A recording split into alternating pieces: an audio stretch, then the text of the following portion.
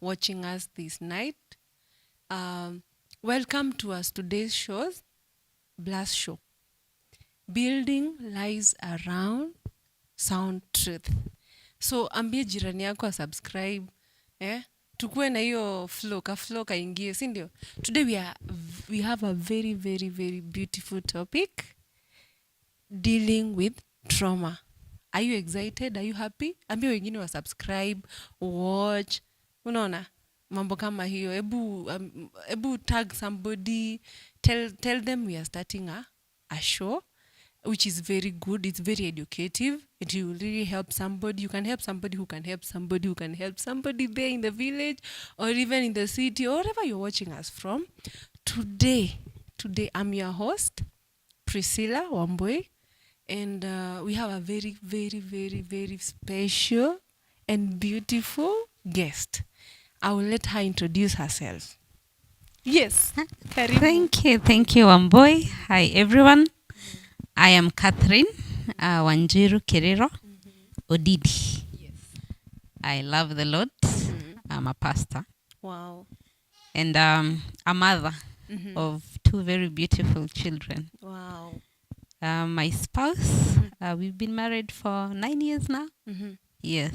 And I'm so glad to be here. Wow. This is a topic that is dear to my heart. Wow. Yeah. As you can hear, vitu ni moto huku ni vizuri.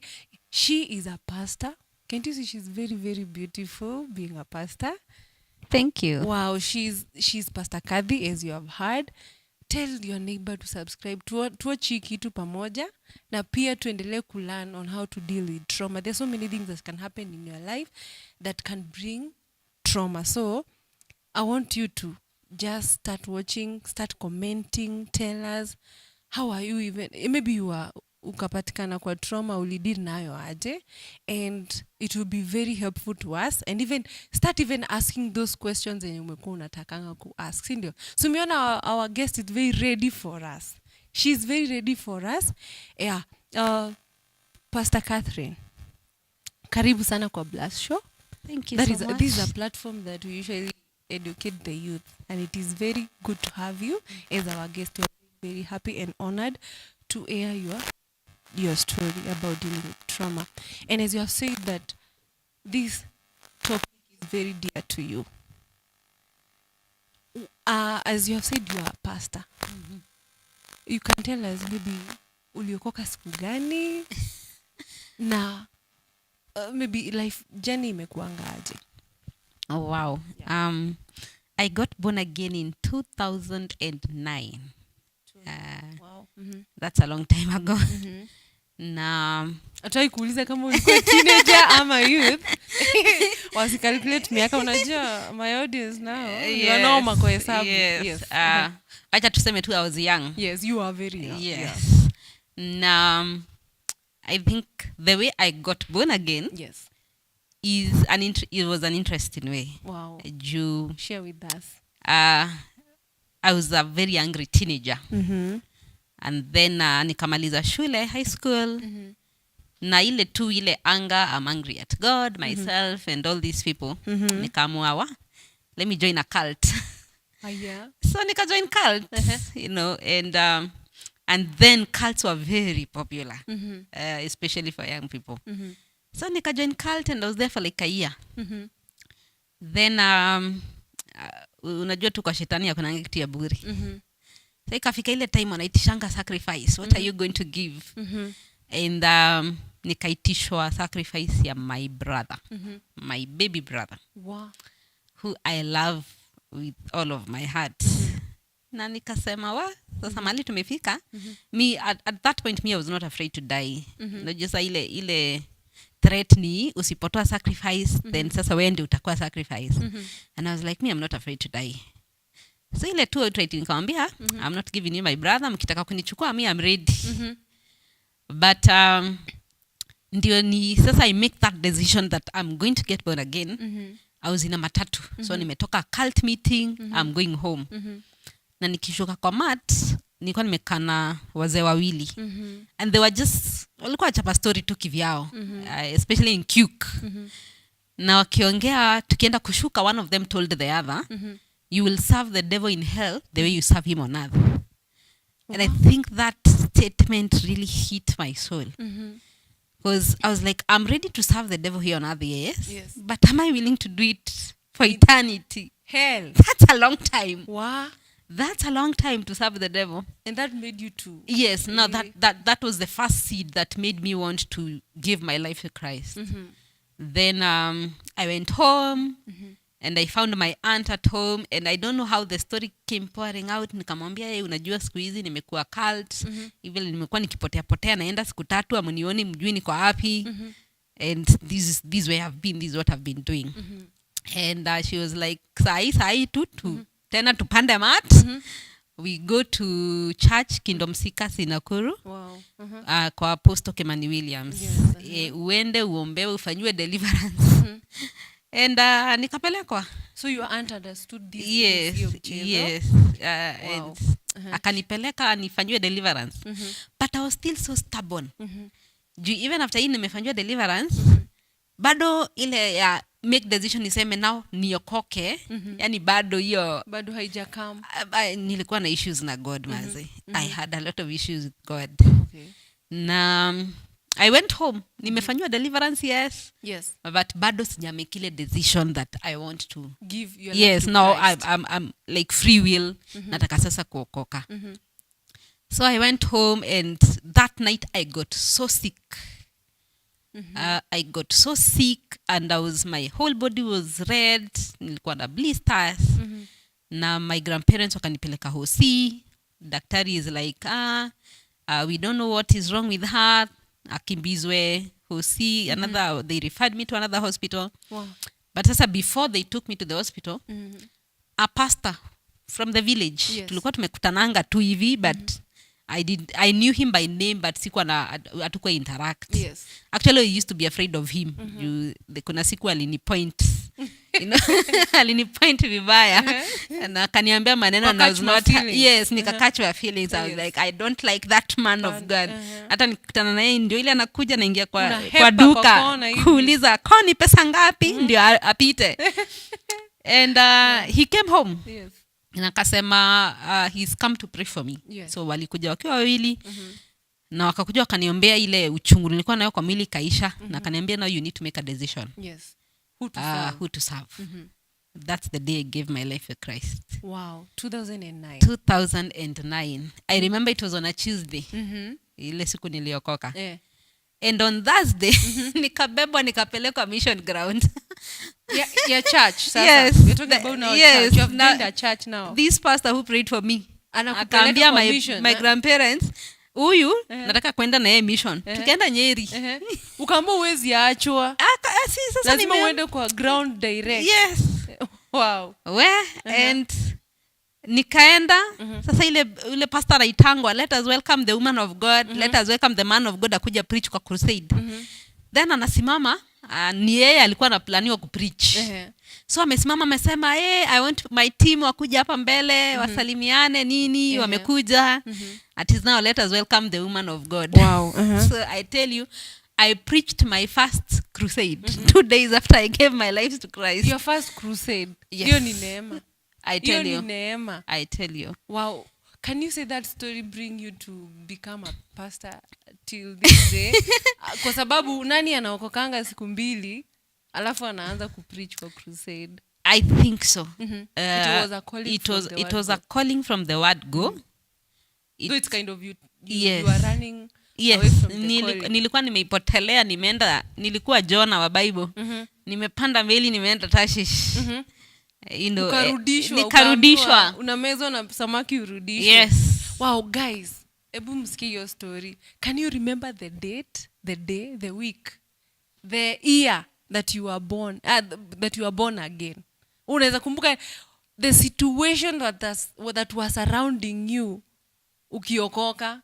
Kama venye Pastor Cathy anatuambia hapa, alikuwa anajua ikulienda hivi na hivi na hivi. Wewe unaweza kumbuka hata date. Unajua kuna wengine by the kitambo used to hear these men wazee wa kwetu wanatuambia niliokoka 1968 siku hii na hii na kulikuwa hata kunanyesha. Unajua all those I can hear you remember. So talking from that point of view, bado I want our audience to know you better. So by the hapo tumeenda mbio mbio hapo tumefika mpaka kwa kuokoka. So I would really love to know ulizaliwa wapi and how is your family setup yako, your mom, unajua, you give us that scenario and maybe penye umezaliwa, penye mlipatana na your spouse, unaona, and yani kama vitu kama hizo, able to pay hizo details so that we know. Now we know aliokoka 2009, si ndio? Na tukasikia pastor mwenye alikuwa amemkachia ma feelings yeye ndiye alifanya hii kitu. And you can also continue telling us about your journey ya salvation. Tumeachia, umeenda crusade, umehubiri. Did you know how to preach at that time? Yes. And can you remember the sermon? Yes. Able expound that. I remember the sermon from the book of Kings. Wow. The story of King Ahab going to war. Yes. And the way he died. Na ilikuwa kuziba mwanya. Yes. No, the way that arrow just found that space in his armor. Yes. And it killed him that day. Wow. You know, and that was my sermon. Ulikuwa umepata hiyo revelation noma sana hapo.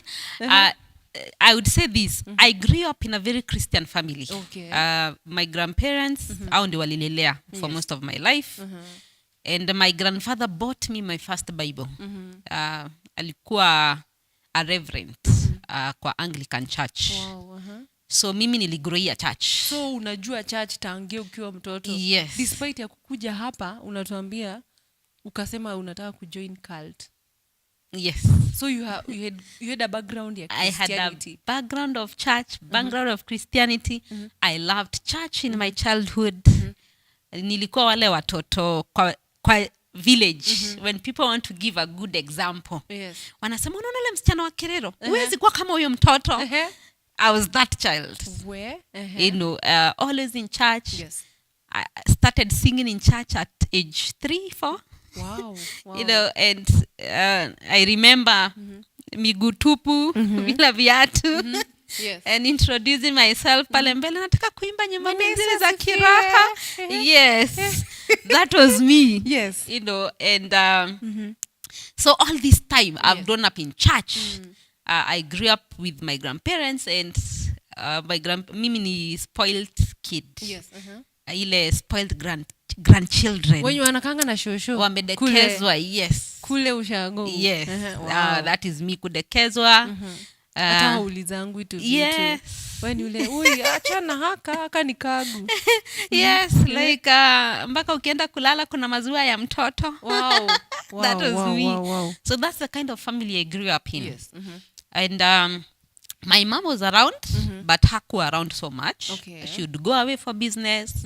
Sometimes anaenda mwaka, sometimes anaenda 6 months, sometimes anaenda 2 years. But she was saved also. No, she was not. Okay. Yes. But the background of the now becoming a pastor and Yes. preaching in crusade after being born again in 2 days. Ilianza na my ilianza grandfather. from the grandfather. Yes. Grandfather and grandma. Yes. Oh, wow. Hao ndio my spiritual parents, my first spiritual parents, are my grandparents. Wow. Yes, shout out to Cyrus Mwaniki. Thank you for watching us. And also Peter, thank you for watching us. Unatuambia tuko, by the ebu guess tuko wapi? Hapa tuko ni Kitale. Unasikianga ile mjia mahindi, ugali, ingoho, hiyo yote tuko huko sasa ndani. We are getting this story today. We are talking about dealing with trauma and naona hebu tuendelee ku tune in. Naona living beyond limits. Pastor Paul, thank you so much for following us. And Cyrus Monica anatuambia tuned in, great work. Thank you so much. We are very grateful. Then Karanja anasema tuned in from Kitale, big up Engineer Wamboi and Pastor Catherine. Yes, by profession engineer. That's why wananiita hapo, msishangae nani huyo. Sasa tukiendelea tunaongelea story ya dealing with trauma. And we are here in Kitale all the way. Kwenye tumetoka mpaka hapa Kitale, tumekuja, we are talking about dealing with trauma. So today this story is very, as we have heard from my guest, anatuambia that story, that topic is very dear to her. maybe inaweza kuwa ndio ilichangia mambo ingine. Unasikia alikuwa yeye ndio anahubiri huko kanisa at the age of 3 ameanza kuimba, and then unasikia background yake nini, the parents wenye walikuwa na the guardians wenye walikuwa nakaa na yeye, the grandmother and the grandfather were from Christian background. Sasa tunataka kushangaa cult ilikujia wapi? What happened? Alichukia chacha aje? Alichukia God aje? Kwa nini akakuja mpaka anasema aje? Ati anasema hataki kuokoka. Ati it was a struggle giving her life to, yani she was like bitter with God. So tunataka ku understand this story na in relation to this topic of dealing with trauma. I want us to dive in. Yeah? I want us to dive in and give us that journey. How did it come to be? Paka ikafika mahali unaingia cult, utaki maneno. Ebu tuanze hiyo. Let us dive in.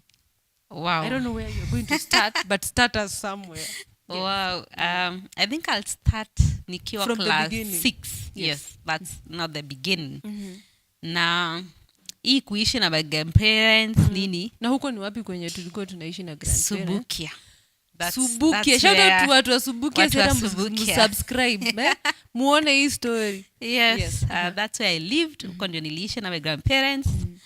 Nikaenda nikasoma primary school until around class 6. So one of these Christmas mamangu amekuja home. Yes. And then they had this blowout with my grandparents. Juu sasa the other siblings wanashangaa kwa nini wewe unakaliwa na watoto, sisi pia tuko na watoto. So kila mtu aende na watoto wa. So ni siblings wa yes, mother? My mom. Yes. So kila mtu aende na watoto wake. So I think in that anger akatubeba. So me and my younger brother. And she left with us to Kisumu, which is where now she was currently staying. So hii story Christmas venye watu wanakujanga ushago. Wamekuja wamesema hapana. Wewe beba watoto wako. Wewe beba acha tuseme for example Wageshi. Beba watoto wako, utakuwa unakaliwa na wao tena. Unapea wazazi wetu mzigo kubwa ya kukulelea watoto. Beba watoto wako. Na akabeba. Okay. So tumeenda then sasa I'm going to class 7. Yes. And my younger brother alikuwa class 2. But wakati tulifika Kisumu, he repeated again class 2. Oh yes. So mimi nimeenda class 7. Yes.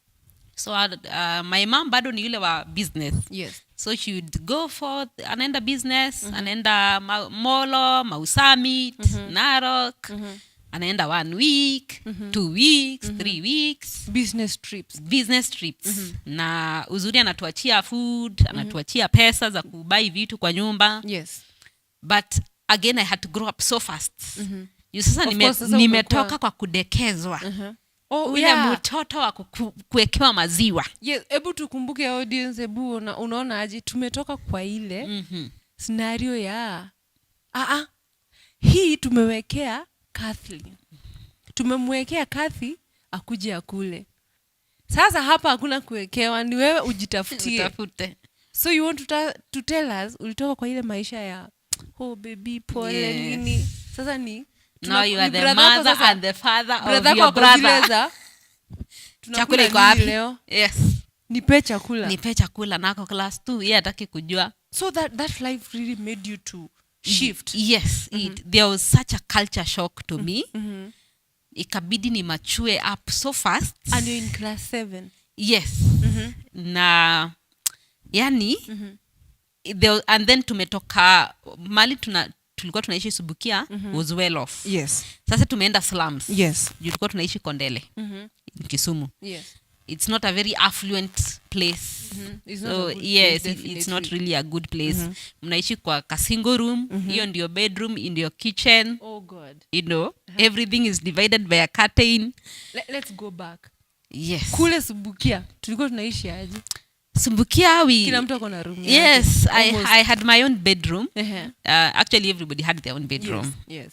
Hakuna mtu alikuwa na share bedroom with other people. Si rental. Ni compound. Of course ukitaka kucheza ukienda pale na pale. Yes, compound ni kubwa, unaweza cheza. Kuna mashamba ya fruits. There is an orchard. Ukitaka mapera unachuna. Ukitaka matomoko Chuna. We had the Oni Matomoko in Subukia. Wow. You know, I see so the place. now that's the family. Then you come here. Yes. And hapa ni single room. Imegawanyishwa na curtain. Yes. Ni curtain? Yes.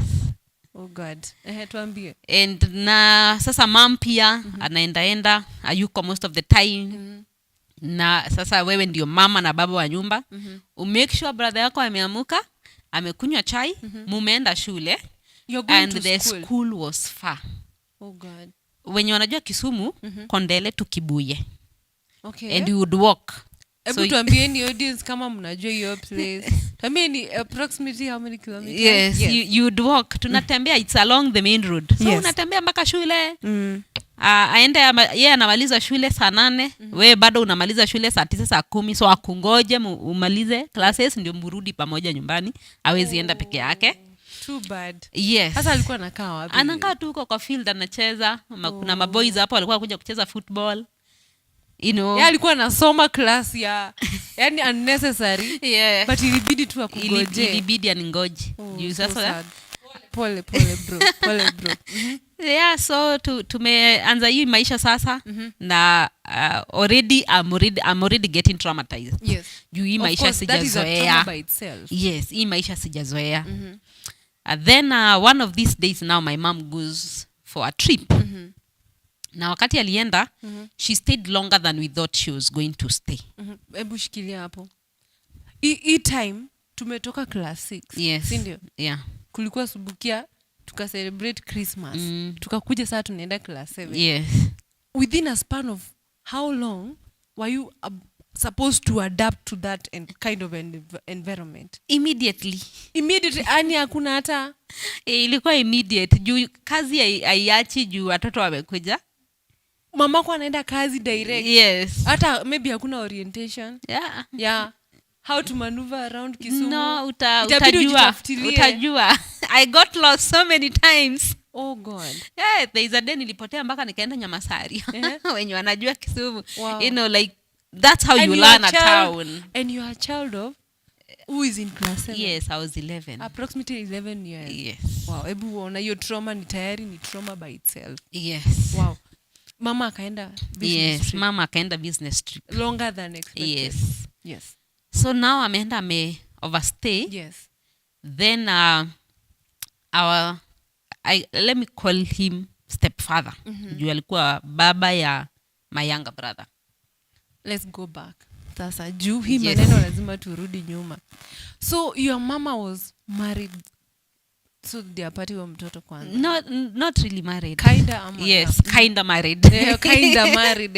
Yes. So akapata your brother. Yes. Who is now 3 years younger than me. Time? Yeah. Oh, alikuwa 3 years younger. So it was 9 or 9 years. Yes. 9 years ama 2 years. I think couple. About. Do the math. So you have a stepfather who around Kisumu. Yes, hapo around Kisumu who has another wife. Oh, they're no longer with your mother now. He has another woman. Yes. So it's a stepfather and a stepmother. Ooh, that is. Let's continue. Where? Yes. So he comes home drunk. Alikuwa anakujanga sometimes anakuja tu. Like tumeachia penye mamako ameenda business trip more than the usual. So kumaanisha she used to go. Yes, you'd go anaenda na anarudi. Yes, but this time ilikuwa alienda different. Yes, it was different. Yes. She left. Ile wakati tulikuwa tuna expect arudi, hakurudi. In span alikuwa mna expect alikuwa aende 3 weeks. 3 weeks. So 3 weeks zimeisha and she has not come back. Na ulikuwa unasema walikuwa naacha budget. Yes. Na food. Yes. So alikuwa ameacha exactly for 3 weeks. For 3 weeks. So 3 weeks zimeisha hajarudi. What are you supposed to do as a child of 11 years? Ebu tukomentia hapo tuambie hata kama ni wewe for now is hiyo ni trauma enough kwa sababu I think now you have to start providing for your family. At 11 years your mother has gone. She has gone to you even don't know when she's coming back. Yes. You expected her after 3 weeks at a knock at the door. You're not hearing any knock at the door. Wow. So what did you do now? For a while tukakuja kwa jirani. Now mkaanza kudepend jirani. Tukaanza kukula kwa jirani. Yes. And then stepfather tu akakuja kutembea vile alikuwa anatembeanga, hata yeye amekuja kuangalia if she's back. Okay. And they still had a relationship. Yes, they still had a relationship. Yes. He would come over sometimes when my mom was around. So that's actually how I knew him. Yes. Alikuwa anajaribu pia father, unasikia akiniambia au usifanye hiyo nini vitu. He assumed the fatherly duties over your life. Yes. He was not your father. He was not he my was the father to your brother. Yes. Okay. Sasa amekuja and he was drunk. This day he has come, he's drunk. Na hata yeye ajui Mungu sasa. He's just a kawaida person. Ajui Mungu, Yes. anakunywa pombe. I think he was drink almost daily. Yes. So amekuja akiwa drunk. And then unfortunately akapata ile siku my brother was sick. My younger brother. Yes.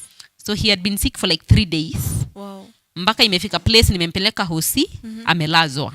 Wewe uka-assume duties za mother. Yes. At 11 years. Yes. And took your brother to hospital. Nikampeleka hospital.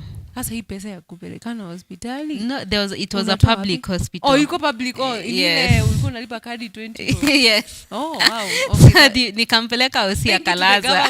You see now the government mliokolea hapo. Yes. Na sasa ako hosi. So when my stepfather came, alipata niko nyumbani napika chakula nipelekee hospitali. Wow. So I was alone at home. Yes. And then na hii nyumba umesema ni single room. Ni single room. Yes. Wow, okay. So everything is in one place. Okay. Bedroom, kitchen, living room zote ziko pamoja. Wow. So ameingia. Mimi ninatayarisha, nilikuwa napika uji. Yes. And until today I don't know what angered him. Amekuja akiwa drunk. Yes. Akanok akaingia. Ukamwambia. Yes, nikamwambia hivi napelekea mtoto uji nini. Until today I try to think back to your conversation, like is it something I said? Is it something I did? I still don't know what, like. Lakini alikuwa drunk. Yes. So huwezi jua what really triggered. I don't know what triggered the anger. Ama kutopata the wife in quote. I don't know. Ama alikasirika juu mamangu hajapata hajarudi. Amekasirika bradhangu ako hosi. I just don't know what triggered him. Okay. And that was the first time alini punch. So akaamua mpaka kuchapa. Akanichapa. And it was also the first time he molested me. That is the I first was time. 11. Wow. What kind of a trauma it is. Unachapwa huku, you're being molested. And yes. I think back to that day, it's like I went into shock. I began acting like a robot. Because you are like I was like you don't yes, I don't know. anymore. I don't know. It's like something just snapped. Sikujua. When he was done and he left, me, I woke up. I went to the bathroom. Oh God. In my head, the only thing that was hitting was nahitaji kupelekea brother yangu chakula hosi. That was the only thing in my mind. Wow. Kweli assuming motherly duties at 11 years. Ndio huyu. Nimechapwa. Nimekuwa molested. You see that kind of a trauma imeanza? Tayari ata shock. Bado alikuwa shocked na the culture.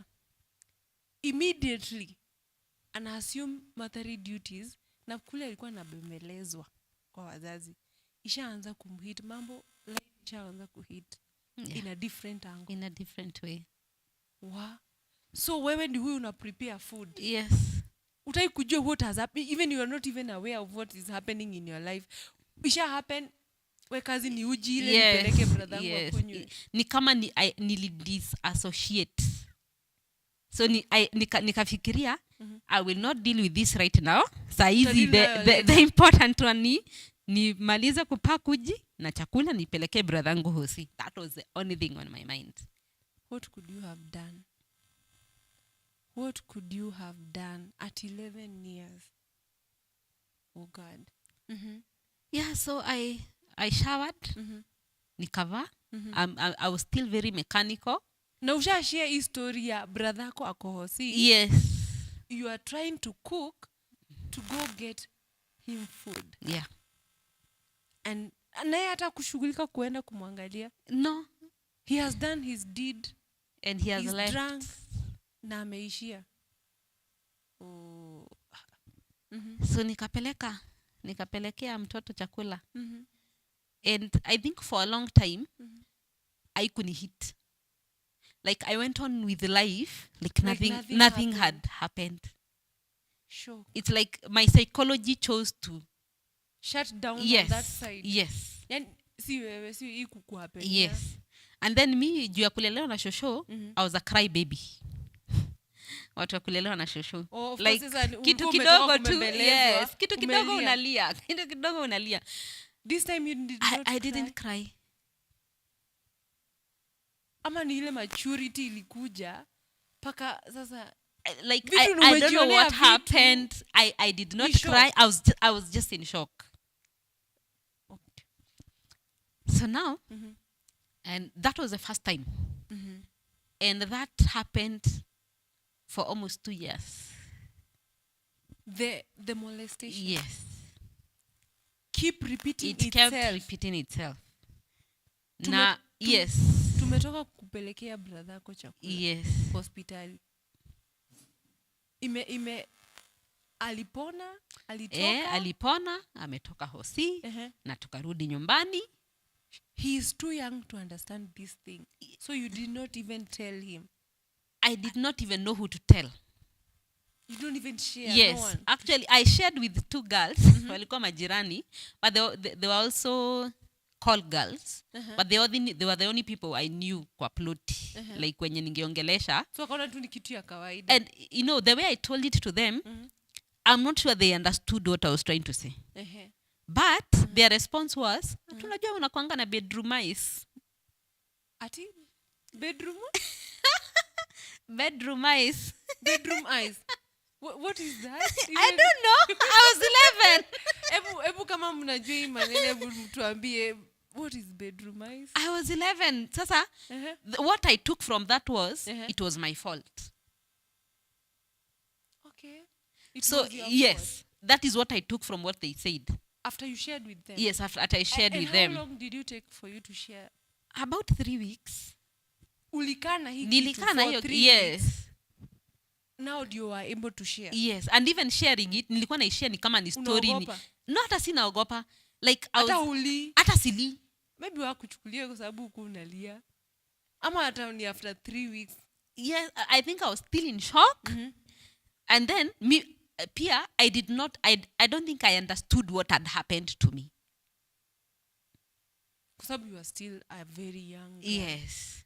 I had not understood what had happened. And then nimetoka this very sheltered home. Yes. So anything about sex, about boys, I had never the only place I had interacted with boys ilikuwa shule. Shule, yes. And me I was a bully. So to speak, kwa shule. Like nilikuwa wale watu wa kuchorea deskmate wako nachoka hapa unamwambia usivuke ile. Yes. Wow. Usiniguze, usiniongeleshe. I was that child. So sikuwa na interaction with boys except my brothers and my cousins. Then I didn't know anything about sex. Yes. I didn't know anything. And it has happened to you now. Yes. You don't even know I don't even know what has happened to me in the first place. So when I told them and wakaniambia unajua kwanza unakuanga na bedroom eyes. Where? So I think wakakwambia unakuanga. Yes. Ndio unakuanga na bedroom eyes. Tujue ni gani hiyo sasa. And I think sasa ile the rest what I took from what they said ilikuwa whatever happened to you was your fault. And I think I carried that belief for over 10 years. So maybe that's why you never took it maybe serious to talk to somebody else. And that's why maybe it went on for 2 good years. It went on for so long. Because you thought it was your fault that it had happened to you. Wow. So it continues happening. So when did your mother come back?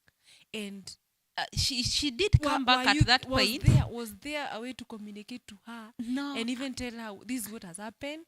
Ama even you call back to Shosho's house and tell them uko na namba, yani hiyo time kulikuwa kunaenda aje? Hebu Hiyo tueleze time the situation that was hakuna surrounding. phone. Hakuna phone. Ilikuwa ile age Simu ya ya Nokia simu ya jamii. yes. Na hata una pesa ya. Hauna pesa, hauna namba ya simu ati unaweza piga. Even namba ya simu ya mama yangu I did not have. Where? So akienda nyinyi ile tu mlikuwa mnangoja atakuja after this period of time. So you wait for her to come back. You can't call her. Nothing. Ameenda. Mnangoja arudi. Yes. So wakati alirudi, I remember the day she arrived, my stepfather also came. Asa amerudi after? She came at almost 6 weeks after. 6 weeks after? Yes. Haya. I understand. Hii nyumba ni ya kurent. Yes. Sindio? Yeah. Of course, a month inakuwa na 3 weeks. 4 weeks. 4 weeks. After 4 weeks imeisha, si rent imeisha. Ama alikuwa ameshalipa the whole year? I don't know, but I remember our landlord coming to our house. He was also a drunkard. Oh God. So mimi ile siku alikuja, I don't know if alikuwa anakuja kuitisha rent, but mimi I had already associated trauma with alcohol in my mind. Yes. So that wakati nilimuona kwa mlango and he was smelling alcohol, I banged the door on him. So I don't know what he had come to do. Yes. Kama ni rent alikuwa amekuja kunitisha. Ikabidi uweke defense mechanism. Defense. I closed the door and nikamwambia aseme Kenya anasema through the door. Akasema atarudi. Where you are definitely, in as much as you are in shock, ulikuwa ushaogopa. Yes, I think mtu mwenye amekunywa. Yes. Because of what had happened to you. Yes. Nilikuwa nisha create that defense mechanism. And it was unconscious. Yani just unconsciously I started to defend myself. Unconsciously mtu akiinua mkono I would flinch. Even if ulikuwa unataka kuni high five, I would think you want to hit me. Wow. Okay. So ile to just unconsciously my body started building a defense mechanism. Okay. Definitely. So my mom has come back. My stepfather came. Yes. And wakati alikuja 6 weeks after. Yes, wakati amekuja akapata my mom in the house. Yes. And then akangoja mamangu ametoka ameenda kwa toilet. Akanishika koo like this. Yes. Akaniambia if you tell your mother anything, nitakuua, niue brother yako na niue mama yako. That is now ame understand maybe haujamwambia. Yes. Na anasema ukimwambia that's what he will do to you. Yes. So watu hufanya vitu and then they are threatening you. And I was so scared. Like these are things that I had never seen. Things I had never experienced. Hata ungedhani zingekufikia. Yes, me nime grow up in a very, loving environment. I didn't know what threats are, intimidation is. Now I'm experiencing all this at the same time. Yes. So that's how I kept quiet. I never told my mother. And my mom came, stayed for a few weeks, left again. Yani amekuja after 6 weeks. Yes. Huyu jamaa, the husband, the stepfather sasa, amekuja, amempata, amekuthreaten. So after that threat, you did not tell your mother? No, I did not tell my mother. You did not dare to tell your mother? No. I believed him when he said he was going to kill me, my brother and my mother. I believed him. And I was 11. Yeah, sure. Mtu amekushika koo. Hata ungefanya nini kama ni wewe? I was 11. Then your mother now is going on another trip, your business. Ameenda another trip of business. After how long wamekaa na wewe? I think she stayed for about 2 weeks. And then she left again. And this time, but you're still going to school? Yes. How is your life now after that incident? After that incident, I changed. One, I became a lot tougher. You know the way people say their responses. You either freeze, there is fight, there is flight. Na siku hizi kuna ingine inaitwa phone. Mine is fight. Ukakuwa mbuli. Nikakuwa Una mbuli. fight. I would fight in school. I became a don't care. Even